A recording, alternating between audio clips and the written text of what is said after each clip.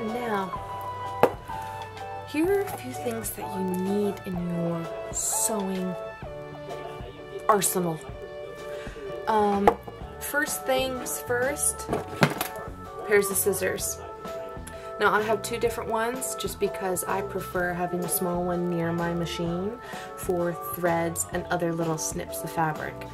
These are super duper sharp, but then I also have the large one. It can cut threads as well, but it's not as handy as the smaller ones.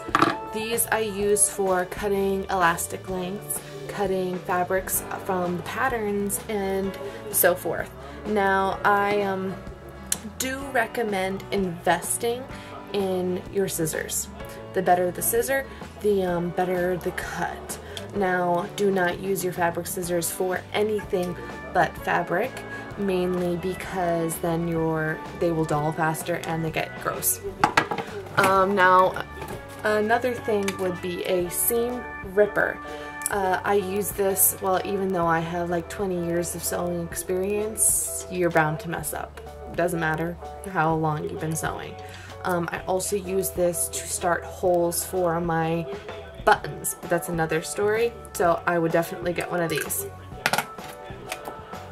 Now, these I do use for, it's just a little measuring tool. I don't even know what the full name is. I've just always had one. It works with hems. I use a lot because you can, even if it's easily mark how big your hem needs to be so it's uniform. Plus it's metal, so when you're using your iron, which is also a necessity, it won't get burned up. Pins. I have probably thousands of pins in my house.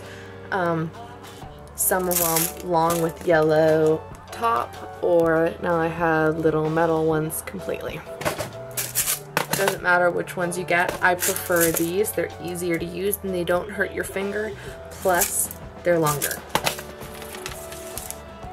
Measuring tape for measuring yourself so then your patterns fit properly, as well as I always use these to put patterns on your fabric to make sure your grain line is straight. Thread is another obvious what you absolutely need to have. I normally buy them when I buy the fabric, so then I can match my thread to my fabric perfectly. Now you use the same thread for your bobbin and the top thread, so then they match. Iron. I prefer one with a steam setting as well. This one can be custom steam as well as custom heat. The higher the heat, it's more like cotton, lower heat, nylons and polyesters, so then you don't melt the fabric. I believe that is about it. I'm checking my sewing station, which is right here, to see if there's anything else other than the obvious sewing machine. You can get a basic sewing machine and be able to make anything. Now I have 3 different machines. I have an embroidery machine, which also can do a regular sewing, but I normally keep it as an embroidery machine. I have a regular sewing machine that sews and quilts. And then I also have an overlock machine, which is also sometimes called a serger, which I normally call a serger. Now that binds the edges as well as cuts them, so then you don't have as bulky seams. You can also bind edges with a normal sewing machine just by using a zigzag stitch, but I will show you how to do that some other time. Another thing I just realized that you really should have, large safety pins. Now if you use any elastic, like I will be showing you how to make PJ pants as well as other things, I would definitely suggest having at least 2 of these. And I believe that is about it. Other things that you can have for sewing and quilting or anything like that, I suggest a rotary set.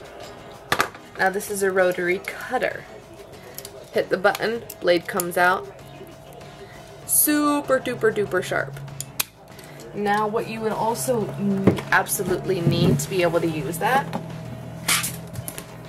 it's called a self-healing mat. So you don't cut through, it cuts through your fabric, but then it doesn't cut the mat, and then you don't ruin your table, as well as a clear ruler. So then you can see what you're measuring, as well as straightening your edges of your fabrics before cutting anything. That is about it, of course, other than a pattern or fabric of whatever you desire. So I believe that is it. I will see you next time when we actually start making something and learning what the stitches mean by what the pattern tells you to do. Alright, talk to you later.